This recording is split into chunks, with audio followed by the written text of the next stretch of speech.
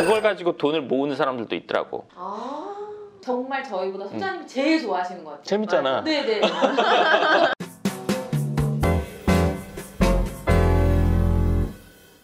반갑습니다. 황 소장입니다. 오늘은 제가 갖고 있는 생각 중에 하나를 얘기해 드릴 텐데요. 5일날 3일 전이 저희 월급날이었어요.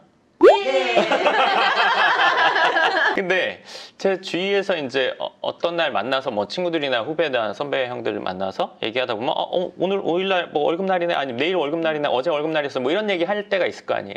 그럼 야 힘들겠다, 야 그런 날 싫겠다, 막 월급날 금방 다가오지, 이런 얘기 해요. 그게 이제 보편적으로 갖고 있는 생각이잖아요. 실제 주위에 이제 사장님들이나 누군가가 그런 얘기를 하니까. 저는 어떨까요? 뭐 아니니까 지금 이 얘기 하고 있겠죠? 저는요 이렇게 생각해요. 월급이 나가서 돈이, 잔고가 줄어들죠, 당연히. 잔고 줄어드는 걸 좋아하는 사람은 누구도 없을 거예요.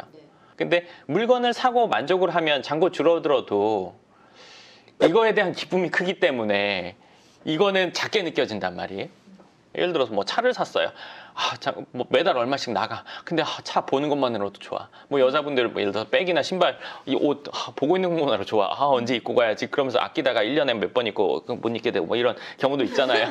그러더라도 돈이 아깝다 생각보다는 나중에 괜히 샀어 하지만 그래도 좋잖아요, 갖고 있는 동안. 근데 저는 좀 그래요. 전 월급날 저희 직원들한테 내가 야 월급날 오늘 너무 좋다 막 내가 그런 거 본 적 있잖아요. 그날 저는 무슨 생각을 하냐면, 직원들이 받은 급여로 뭐에 쓸 거 아니에요. 그걸로 쓰는 그 기분을 생각해요. 부모님한테 뭐 사줄 수도 있고, 아니면 오늘 저녁에 맛있는 거 먹을 수도 있고. 그러면 그때 기분이 어떻겠어요? 너무 좋아요.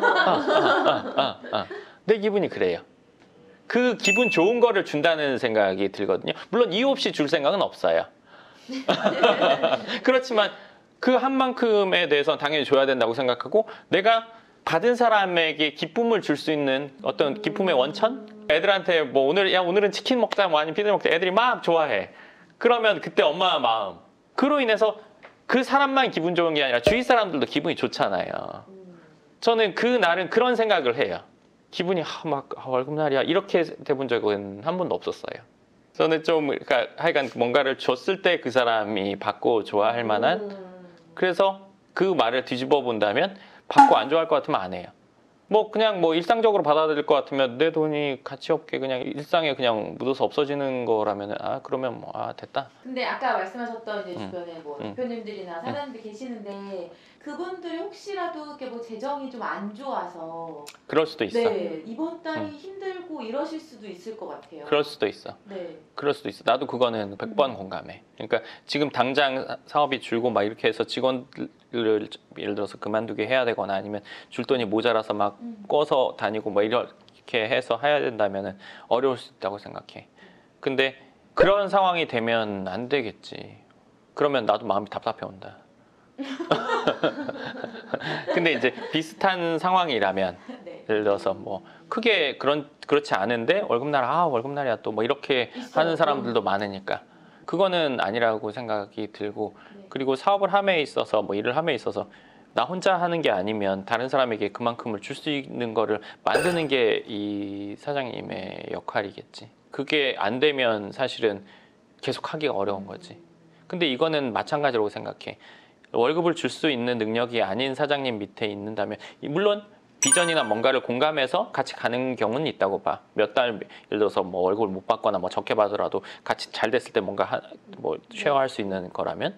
근데 그게 아닌 상태라면 이 상황에서의 사장님은 능력이 부족한 쪽인 거겠지.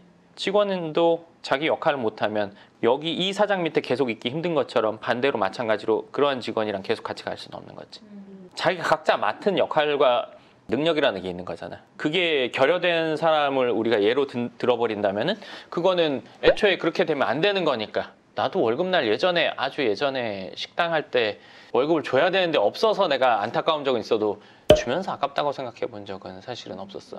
그 월급을 안 받으면 생활이 안 되는 건데 내가 불편한 게 낫지 다른 사람이 불편한 걸 나는 참 좀 못 보겠거든. 주는 게 당연한 거지. 그걸 어떻게든 안 줘야겠다. 왜냐면 사업하는 분들 중에 월급 막 연체하고 밀어주고 막 나눠서 주고 어떻게든 안 주려고 하고 이렇게 하면서 그걸 가지고 돈을 모으는 사람들도 있더라고. 떼먹고 막 이런 식으로 그런 것들을 방지하기 위해서 자꾸 법이 생기는 거지. 즐겁게 받고 있습니다. 나도 좋아. 나도 좋아. 나도 좋아. 그리고 그게 선순환이라고 생각해. 모든 부분에 있어서 일하는 사람의 능력이 좋아지면 전체에서의 규모가 커지고 여기도 능력이 좋은 회사가 되는 거잖아. 그게 서빙이 됐던 뭐 식당이 됐던 아니면 뭐 소매점이 됐던 뭐가 됐던 간에 이 사람이 잘하면 전체적으로 성장하는 건데 네. 그러면 모든 사람이 잘해서 급여가 높아지는 쪽으로 가는 게 맞는 거지. 월급이 자꾸 밀려지는 회사에 있어봤거든요. 근데 짜증나지. 정말로 이 민율이 떨어져요. 그러니까 급여일이 그 다음날 계속 되면 일이 손에 안 잡히는 거예요. 그치. 다음 달 월급 나올까? 네. 이런 걱정을 하면서 어떻게 일을 해. 나는 그 꼴을 일단 못 봐. 그리고 내가 기죽잖아. 안 주고 내가 출근해서 직원들 얼굴을 보면 내가 기분이 도망 다니셨어요 그 전에 그래가지고. 그 당연히 네. 뻔뻔한 사람은 또 그러지도 않아. 늘 그러는 사람은. 그 마음이 얼마나 불편할 거야. 빚을 내서라도 주고 말지. 내가 그냥 내 속이 썩고 말지. 거짓말 같아. 어떻게 월급날 남 돈 주는 거를 그렇게 생각할 수 있어라고 생각하실 수 있어요? 그게 사실이에요. 소장님이 가끔 이제 이벤트로 막 저희한테 금일봉도 주실 때도 있고 하시잖아요. 그럴 때 보면 정말 저희보다 소장님이 제일 좋아하시는 것 같아요. 재밌잖아. 네네. 반대 저희도 막 엄청 신나잖아요. 이게 뭔 일이야 이런데 보면 전 직원 중에 소장님이 제일 기뻐하시는 것 같아요. 아니 나는 왜 내가 아까 그 개념 똑같아. 뭐냐면 즐거움을 주는 거니까 즐거움을 줬는데 또 즐거워하니까 더 즐겁잖아. 네. 난 그거는 참 좋다고 생각해. 제가 뭐 갖고 있는 생각 중에 하나 얘기해드렸고요. 그게 또 더 연장되면은 저희가 지금 임대 관리하고 있으면서 그로 인해서 월세 받고 있는 지금 몇백 명 되시는 분들 월세를 매달 이제 보내드리는데 그것도 사실 저는 같은 개념이에요. 그분들이 월세를 받아서 생활하시는 분들도 있을 거고 모으는 분들도 있을 거고 자녀 학원비 쓰는 분도 있을 거고 부모님 용돈 드리는 분도 있을 거고 되게 다양할 거 아니에요. 근데 그게 정해진 날짜에 매달 들어오면 처음에 사실은 저희가 임대관리 해보다 보면 5, 6개월까지는 고마워하고 아 이게 계속 되나? 이렇게 하다가 1, 2년 넘어가면 그냥 당연시 돼요. 네. 그 마음을 못 느껴요. 제가 이제 막 어려움 갖고 이거는 모르시는 거겠죠? 당연히. 근데 저는 그 고마움을 느꼈으면 좋겠다는 게 아니라 내가 그렇게 해주면서 이분들이 좋겠거니 그러면서 좋은 거예요. 어플로 배달이 다 되는 게 상식이 됐잖아요. 이것처럼 상식으로 만들어주고 싶어요. 누구나 부동산에 투자를 해서 월세를 그렇게 받는 게 지금은 부장에서 받고 이러는 거에 대해서 안 믿는 분들도 있고 막 의심하는 분들도 있고 하지만 그걸 상식으로 만드는 거를 제가 하고 싶어요. 그러니까 원래는 전화해서 주문했을 때 사람 목소리 듣고 주문해야지. 근데 어플로 이거 진짜 올까? 처음 시작할 땐 그랬잖아요. 이거 진짜 올라나? 진짜 왔네? 이런 시기가 있었잖아요. 신기하다. 아 저런 회사가 생겼구나. 그거처럼 해주고 싶어요. 부동산을 사면서 공실 걱정, 연체 걱정, 관리 걱정, 뭐 시설 부분에 대해서 뭐 유지 보수 이런 거에 신경 안 쓰고 사면 그렇게 월세가 당연히 나오는 거지. 보편적인 상식으로 만들어주고 싶어요. 우리는 어렸을 때 누구나 다 용돈을 받아봤을 거예요. 정해진 날 부모님이 미리 줄 때도 있고 술 한잔 먹고 오시면 그날 갑자기 줄 때도 있고 엄마가 줬네 아빠가 엄마가 줬니 안 물어보고 또 줄 때도 있고 네 그렇죠. 그럼 일타쌍피 너무 좋은 날이에요. 근데 거기는 이제 들쭉날쭉 이런 게 있지만 중요한 거는 쓰고 싶은 거를 부모님이 계속 준다는 그건 있잖아요. 뭔가 든든함.